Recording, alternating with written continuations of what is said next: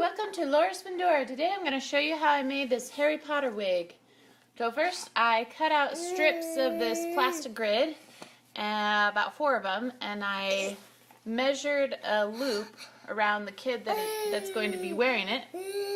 And then I wired it together. Hey, Bubby. So I wired it together.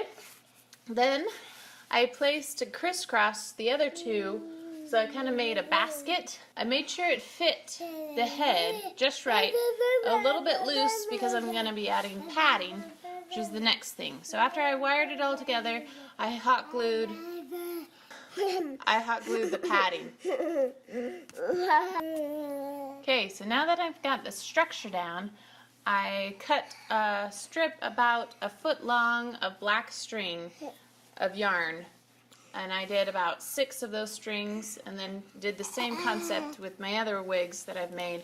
I tied a knot in the middle, and this will help secure it when I sew it, hand stitch it to the plastic grid. So I made as many as I could with just one thing of yarn, and then I hand stitched it on the crossed plastic pieces. Then after that I shaped it with using a brush. I brushed out the yarn to make it look more like hair than yarn, and then I laid it flat so it was all around the edge of the circle, and I hot glued the ends to the circle. I then trimmed all the loose ends that are pretty long and made it so it was a uniformed kind of edge shape like hair. And I glued extra like hot glue in some of the areas, so made sure that the hair wouldn't move around as much, that it would be pretty secure.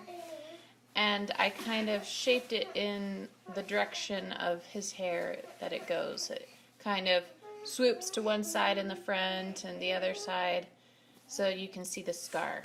And that's how I made Harry Potter's wig. So I hope this helps with your costume making this year for Halloween, and check out my other videos of costume making, music, and a bunch more. Thanks for watching.